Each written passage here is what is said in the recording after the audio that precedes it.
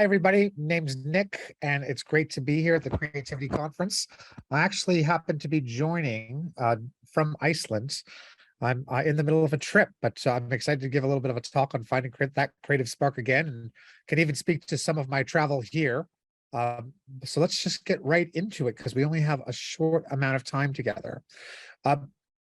Let's set the stage for the talk.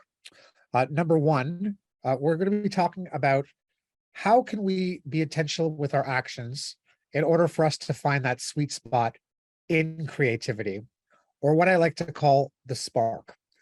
To let everyone know, I'm currently the director of marketing for Boris Effects. It's a plugin manufacturer for plugins. And this idea came earlier in the year to chat about creative spark. In fact, I did a podcast about it, an episode by the exact same title. The name of the podcast is called Flow State. It's Stories from the Creative Process. And the first episode I did was called Finding That Creative Spark Again. In it, I have an interview with 4 different creatives from different sides of the post-production industry, and then intertwine their answers about what the creative process is like for them and how they find the creative spark during moments of stress, anxiety, and feeling overworked. So that's what set the stage for this talk later in this year. And what I will be at least presenting within the slides is some of the ways that I found my spark in experiencing things like anxiety, being overworked, and even at moments and times like in the pandemic, we're experiencing moments of depression. So let's get started. One of the biggest techniques that I use for myself is my breath. It's funny, but I find in moments of anxiety or where I feel myself about to experience burnout, which to me in some cases is the opposite of creativity or feeling anxious, one of the things to sort of get back to a creative flow or a creative state is for me to just breathe. And it's the simple act of me being at a computer.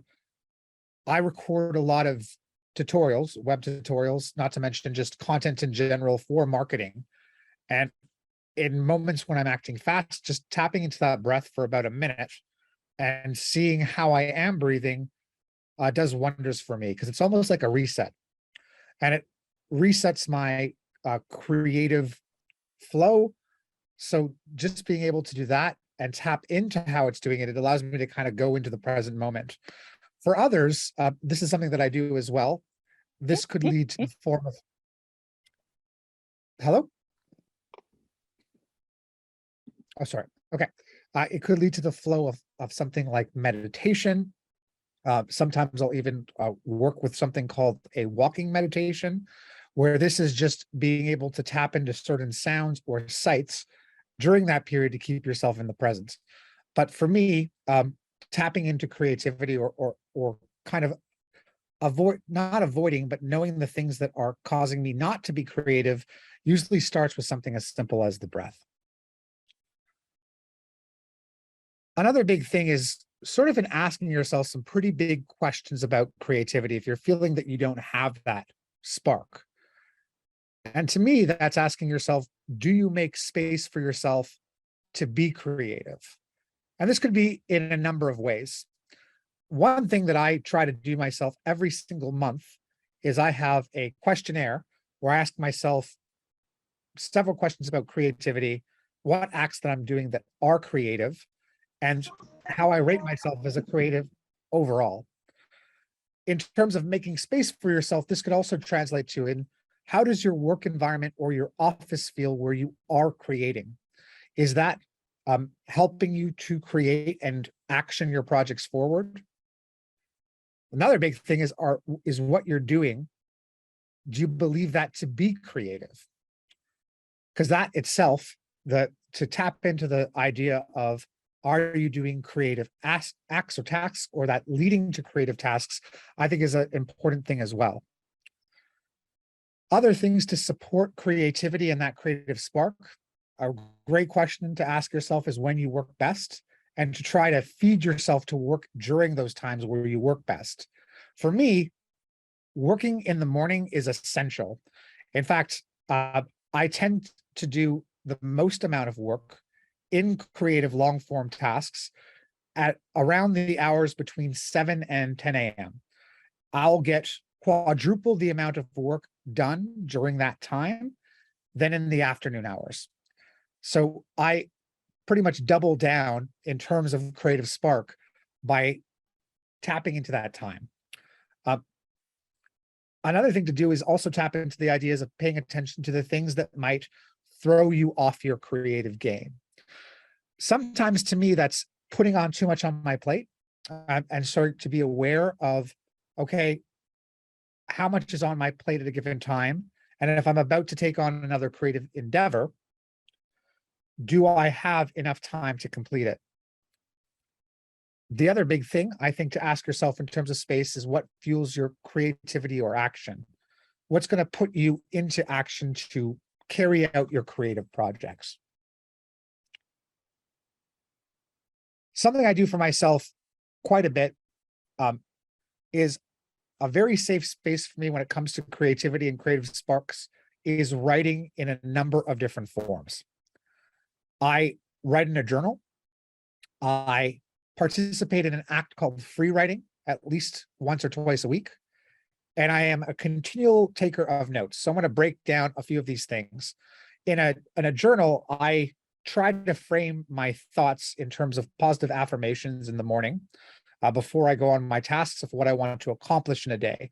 So it's related towards business, and it's usually 3 or 4 different things of what I'd like to see from myself during the day.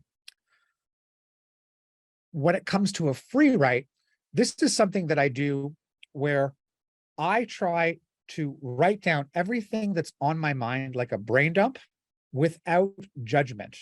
And it's something that took me a very long time to do, but I'll set a 10-minute timer. I'll take a notepad. I don't even type in my computer, and I'll just write. No editing, no commas, whatever is on my mind. And I'll then, after the art of writing for those 10 minutes, take this free write piece of paper, see what it is that are key words within things that I've said that I'm resonating towards. And in some cases, those end up being ideas that I recycle in projects that I'm currently working on. And in other cases, I'll take other keywords and put them to the side for other potential creative projects in the future.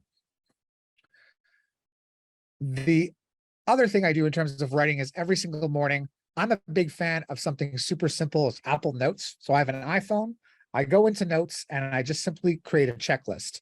And I do another brain dump of everything that I need to get accomplished in a day. For me, what I've found that works towards getting towards creativity and creative spark is to try to get rid of as many tasks as you can without getting rid of the most important ones that are non-time consuming as possible at the beginning, and then focus on the larger task after that. I've talked to other creatives and it was the exact opposite. They prefer to target the most important and time strenuous task first. That's how they build confidence in their day to more creative spark. But for me, going through a list and automatically having a bunch of things done within 2 minutes just allows my brain freedom and room to continue to be creative and find creative spark for those longer form projects. It's like allowing myself to have these initial rewards right away by tackling those tasks. So that, again, is just writing a checklist, first of all, of everything that I have to do. And then I essentially divide those into how much time it's going to take. And I'll take a big chunk of the ones that take under 2 minutes in this case and get them done first so that I have more room for finding that creative spark in longer term projects. Big thing, and it's true this now, is travel. This is something that really touches me when it comes to finding creative spark. I think it has something to do with seeing new things, as well as an adventure type behind it. But one thing that I've done for myself over the years is I've had the opportunity to see the Northern Lights. That's something I was very passionate about since I was a kid. And now I've seen them 12 times throughout the year. and also seen these extraordinary places along the way. And those places that I traveled to ended up having um, being shown in various works that I created. As someone who has primarily created content when it comes to education, a lot of the times this work would recycle itself through those works or that art of the education pieces that I put together. But not to mention, I was able to assemble this as a great um, storytelling device when it came to presentations, because I could tell about my journeys and the Northern Lights and what I discovered. Uh, Travel is also playing a role more now internationally in 2022, since the some of the restrictions for travel have lifted in the pandemic. I'm currently actually, as I mentioned earlier in the conversation, in Iceland, and this is my third time here, but the first time that I did the Ring Road. And I'm taking some of the content that I've shot, and I'm going to be able to apply it for some of my other creative endeavors. Not to mention, through the experience that I've had for the last 3 days, it's allowed me to sort of step away from sometimes work that makes me feel anxious or overburdened with, and be able to reset myself with it. I think another big question when it comes to creative spark is, especially when it comes to long form projects or projects that will take up a lot of your time, or even simple ones, is how can you make your creative projects manageable? I know several creatives who sometimes will look at what they have to do from a very high perspective. And when you look at all of the tasks that have to be done in order for you to get to where you need to go, it could feel overwhelming. So the trick for myself is really to break up a long form project into manageable small chunks.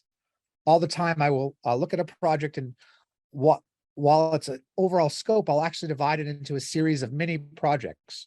And those mini projects then become achievable, they become measurable, and they become also something that I can complete, in some cases daily, in other cases weekly.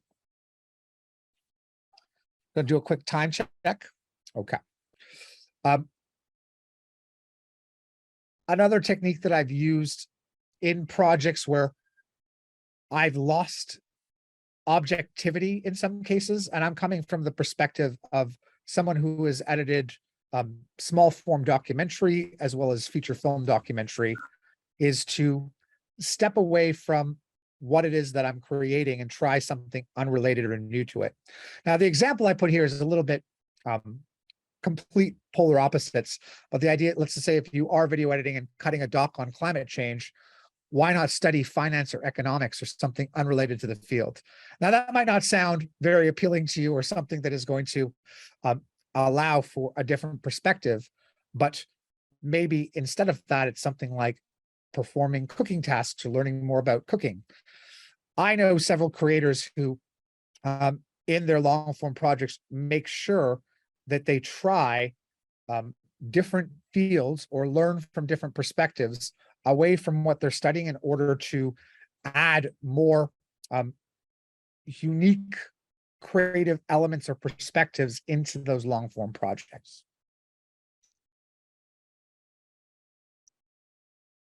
Another thing that I've done recently, and this is actually came from that podcast I mentioned earlier, is trying to connect to something that I enjoyed as a kid that I no longer did.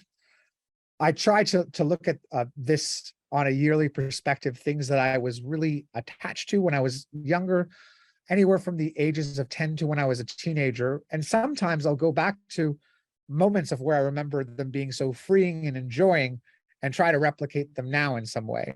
One thing I do just for relaxation that I haven't done in a while is I set up an old Nintendo gaming system, and I started playing Duck Hunt once a week. And I found this to be extremely fulfilling in terms of a nice relaxation and break, and tap into some of those feelings that I used to have when it came to creativity as a kid. I also try to do other new things in terms of tapping into creativity. And in this case, traveling abroad. I used to travel quite a bit when I was younger with my parents. That's something that I continue to do now. My last thing when it comes to this, and I'm hoping to open up the floor, and this comes in lines with the digital spaces that we all work with.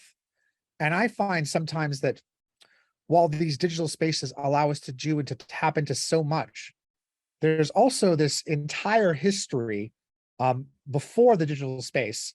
And something that helps me in terms of creativity and understanding the mechanisms and tools of what we use is to actually study some of the history behind these tools were even digital.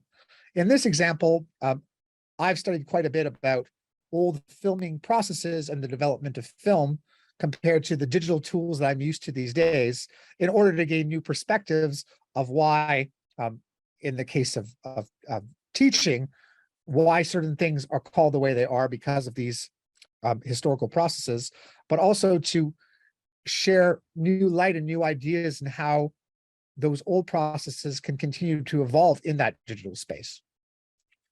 So those are some of the things that I do for myself to try to find that creative spark again. And I hope that with I said that maybe one or two of those points resonated with you. I wanted to open up a little bit of time now, since we're around the 18-minute mark, to some questions or thoughts that came up. So feel free, hopefully everyone is unmiked at this moment. But my first question to you is that, was there something on this list of what I shared that might have resonated with you as a fellow creator? Any thoughts that came up during the presentation in terms of how you guys utilize and find your own creative spark during moments where you feel like your spark or your creativity might be losing itself?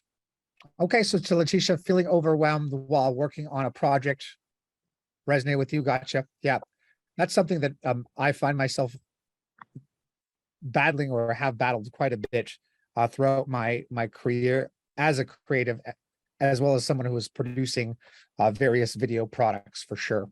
That feeling of overwhelmed, and something that I've had to figure out ways of being able to reset myself in a space that might feel extremely fast-paced. And Lynn is saying she's interested in ways other creatives move out of blocks. Cool. Yeah, Karina, you're saying you have to go somewhere new, go somewhere else, an exercise, photograph to look at things more closely. There is something about just being able to sort of break away from the environment that you're in that might be taking away from your creativity and gaining a new perspective and then going back to it, that I think is extremely beneficial. A lot of times when I come to a moment of frustration in a project, which usually tends to be in the later afternoon, that is a perfect time where I'll allow myself to walk away from it and then give myself a certain amount of time before I draw eyes on it again. And I find that taking that space, rather than continue to try to work within that frustration, does wonders and actually moves the process faster than if you kept working at it in those moments of frustration. So yeah, Mary's bringing up a great point here, just about the feel of pull of working on other projects when wading through a hard part of a longer one. Yeah, it can be hard to find the discipline to stick to it, for sure. And I think that there is a nice balance between at moments being able to discipline yourself out in some of those harder parts in a long form project to continue to excel and push it forward, for sure. And it is a wondrous place where there are so many projects and so much content out there that we're almost driven to want to produce so much versus, let's say, focus on the thing that we're trying to complete at this moment, or should be, and is I think closest to our heart. I think there's definitely something. I was just recently on a panel at 4 o'clock, and the word resilience was mentioned. I think there's something very true about being able to be resilient in long form creative projects, and develop it so that you have that resistance. And this, I think, is a mixture between going through trial and error, as well as knowing yourself and those things that might throw you off track and your creativity. Linda was asking a question: have you found a way to work at your own pace and still make a living? The answer is yes, but it is definitely still a learning journey. I have, I think, developed a number of ways where I find myself to be able to produce content. I do think that there's always a pull to, in some cases, want to produce more, but I've become more specific about projects that I become involved with, for sure. And I've also found that tapping into working in the hours that I work best is probably the one thing that has done the most amount of wonder for me. So finding those specific hours where I work best and having a space that sort of complements that has been tremendous in me being able to allow me to work at a pace, and in some cases work at a pace that isn't necessarily as fast as I might work during other hours, if that makes sense, but it's still naturally at my own pace.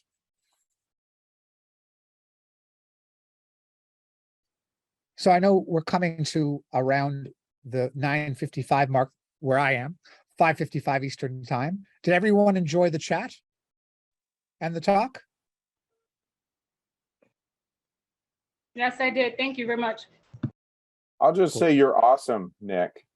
That's thanks, Jay. That's my standard thing. I know from working together with you, man, dude. I know you encourage these people. They now feel better, more creative, especially in uncertain times that we're living in. I really appreciate that, Jay. That means a lot. All And I right, appreciate brother. the thank yous coming in right now. So if you guys want to reach out, here are a few different ways that you can find me. It was great being back here at the Creativity Conference. And it's now time for me to go back and enjoy the rest of Iceland. Thank you, Hey, everyone. have fun in Iceland, by the way. Thanks, man. Did Ian show up really quick? He's on the balcony. Will you tell him I said hello, I will. man? I will And definitely you guys say don't hello. get in too much trouble. I don't know what getting you out of jail is like in Iceland. Jail is not that. There's a volcano that actually erupted a day ago, which is no joke. So that's the only trouble that could be happening. But All right. Well, you guys have fun. thanks, Jay. Bye, everybody.